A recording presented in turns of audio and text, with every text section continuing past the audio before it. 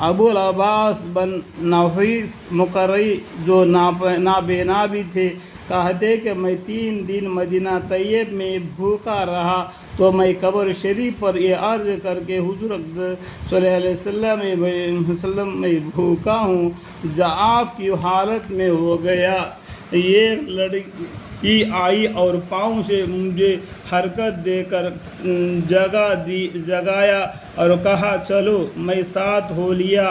وہاں اپنے گھر لے گئی، وہاں گیہوں کی روٹی اور گھی اور کھجوریں میرے سامنے رکھ کر کہنے لگے کہ ابو العباس کھاؤ، مجھے میرا دادا نے اس کا حکم فرمایا ہے، اور جب بھوک کرے آ کر کھا جایا کرو۔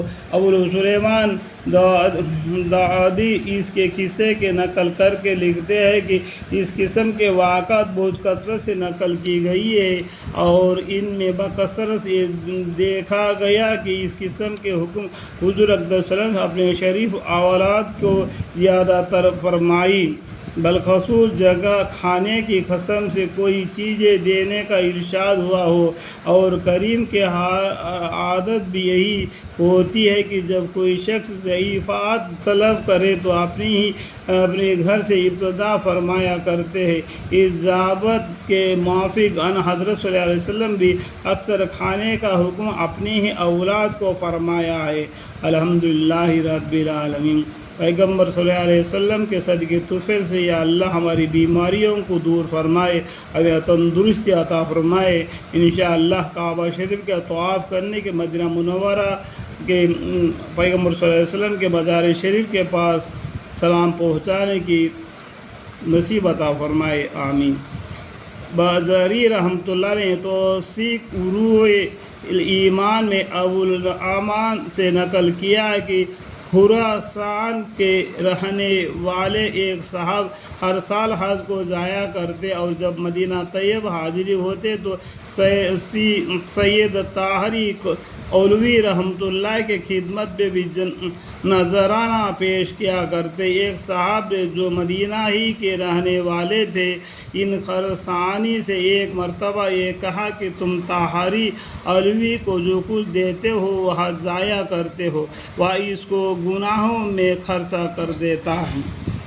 خراسانی نے اس سال طاہری صاحب کو کچھ نہ دیا، اور دوسرے سال بھی ایسا ہی گزر گیا کہ وہ اپنی عادت کے موافق جو کچھ لے کر آئے تھے وہ اہل مدینہ کو تقسیم کر گئے، اور طاہر صاحب کو کچھ نہ دیا۔ جب تیسرے سال وہ حج کے ارادے سے اپنے گھر سے چلنے لگے تو حضور اقدس صلی اللہ علیہ وسلم کی زیارت خواب میں ہوئی۔ حضور اقدس صلی اللہ علیہ وسلم نے تنبیہ فرمائی کہ تو نے طاہر اور آقوی کے بارے میں اس کے مخالفی کی بات کی یقین کر لیا، اور جو تو اس کو دیا کرتا تھا وہ بند کر لیا۔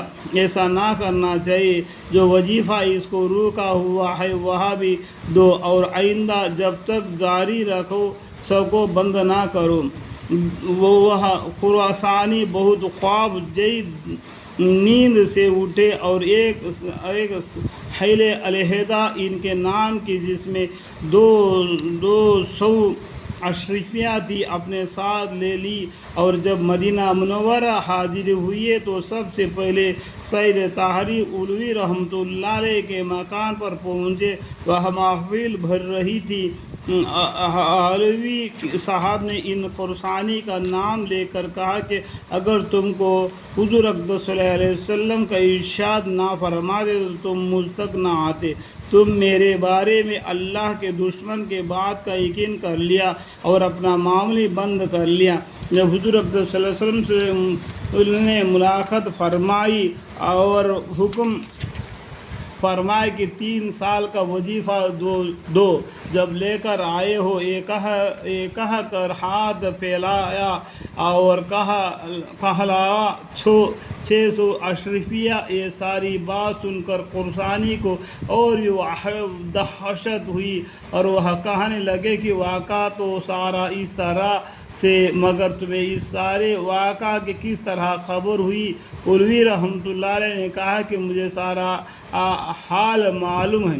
پہلے سال جب تم نے کچھ نہ دیا تو اس سے میرے معاشیت پر اثر پڑا، جب دوسری سال تم کو آ کر چلے گئے وہاں مجھے تمہارے آنے اور جانے کا حال معلوم ہوا تو مجھے بہت ضعیف ہوئی۔ میں نے حضور اقدس صلی اللہ علیہ وسلم کو خواب میں دیکھا، حضور اقدس صلی اللہ علیہ وسلم نے ارشاد فرمایا کہ تم رنج نہ کرے، میں فلانا خراسانی کو خواب میں تنبیہ کر دی اور اسے کہا دیا کہ گزشتہ کا بھی ادا کرے اور آئندہ بھی حتیٰ المقدہ اور دور بند نہ کرے۔ میں نے اس خواب پر اللہ کا شکر ادا کیا، الحمدللہ رب العالمین۔